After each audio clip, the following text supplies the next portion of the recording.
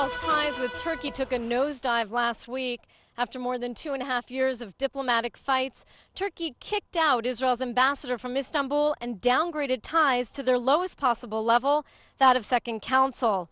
What many believed was just a rough patch in ties between the two countries has now come to a near collapse.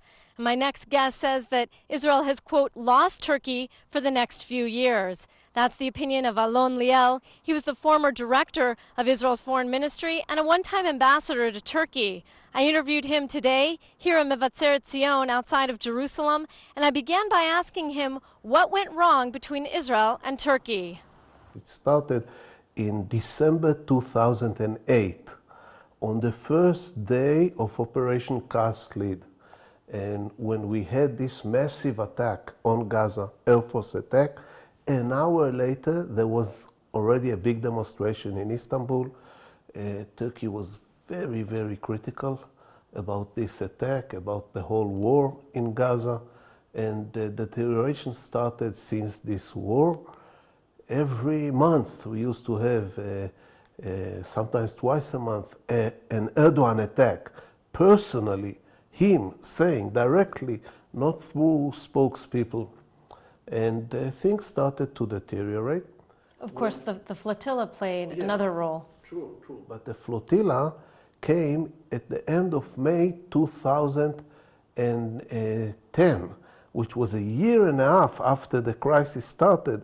We were already in a very serious crisis.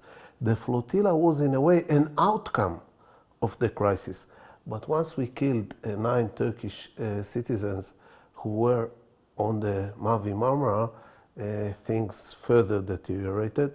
Turkey added the demand for an apology, and you know the rest. We couldn't reach an agreement about the wording of an apology and about settling the conflict. So this is a very serious break in diplomatic ties. Sure, I mean, it is. Especially so because we had a love affair between the two countries for about 10 years. And there is a lot of content. There was a lot of military content. There is a lot of economic content still. There was a lot of tourism content, cultural content. And so there is a lot to destroy. It's not a deterioration between two countries that had nothing to do with each other. do you think the relationship can be repaired? And if so, how? No, I don't think they can be repaired when it comes to the bilateral level. It's not that if we will apologize now, it can be repairing the damage, or if we'll send a delegation.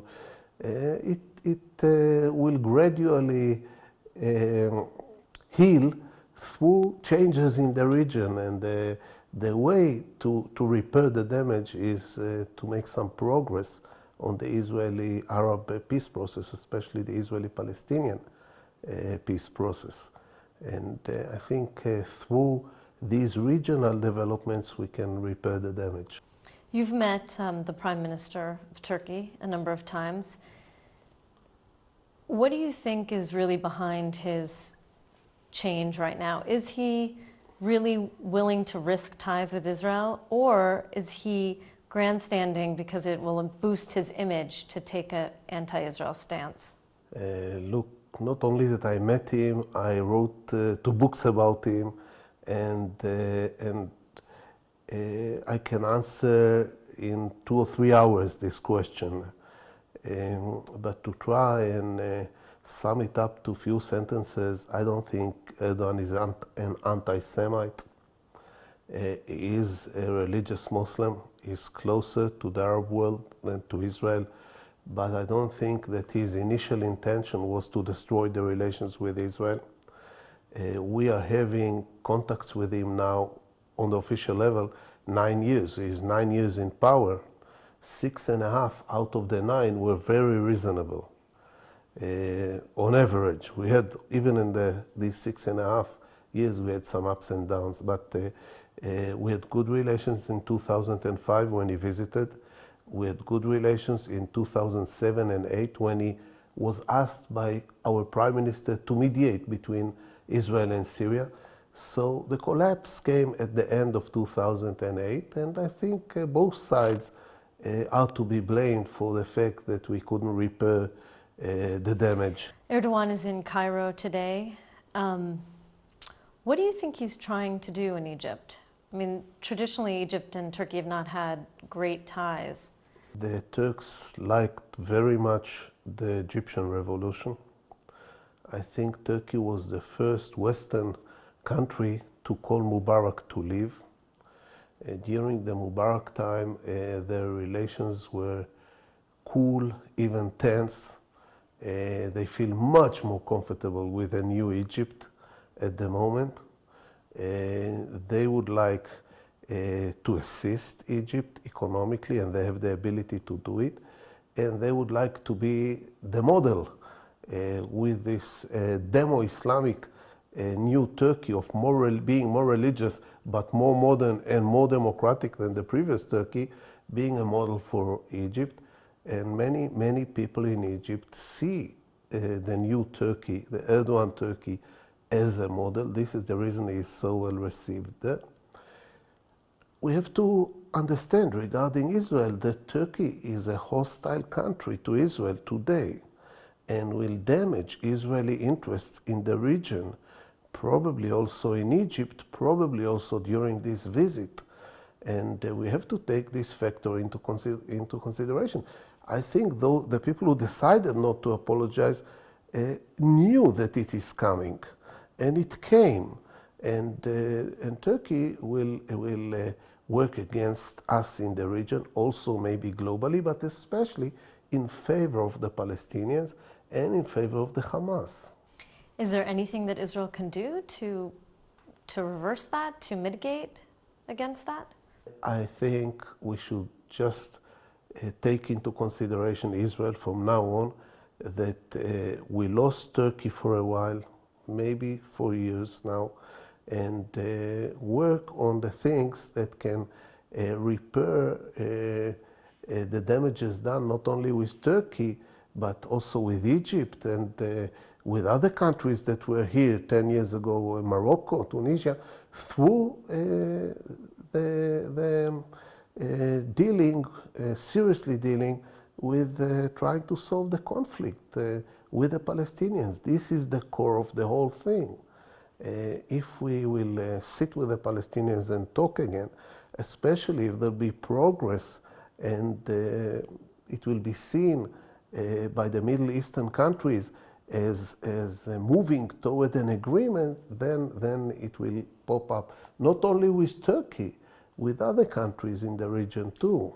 There are some people who say that maybe your viewpoint is naive, that if we solve the Palestinian problem, the region will suddenly embrace us. How do you respond to that? We never tried.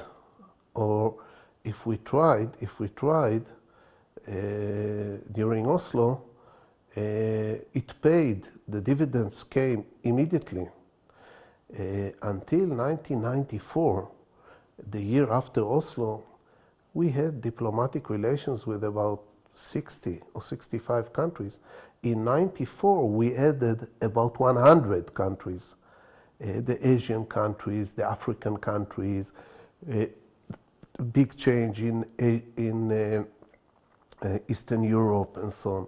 So we already saw the dividends of progress, but it was not finalized, so it couldn't have been really tested.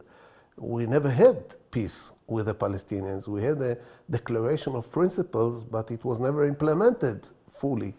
So I think to those who are skeptical, I would give the example of the second half of the 90s, the way Rabin was received internationally before he was killed, and even the way Sharon was received internationally after the disengagement. When we are moving toward peace, it pays, especially in the region, especially in the region. Today, Israel is more isolated in the Middle East than ever before. We never, since we were founded, were so isolated. We always had one or two strategic friends or allies in the region. If it was Iran, if it was Turkey, if it was Egypt. Now we have nobody. Nobody.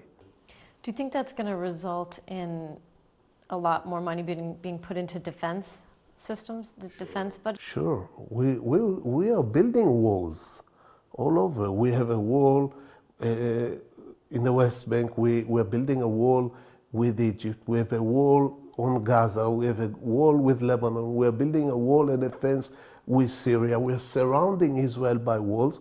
And soon will be a dome, because we have this weapon now to shoot the missiles. And yeah, we are a castle. We are building a castle, a fortress in the Middle East, and we are living in this castle under siege. Yes, it has to cost. It has to cost a lot. Alon Leal, I want to thank you for joining us on JN1 News. Thank you very much.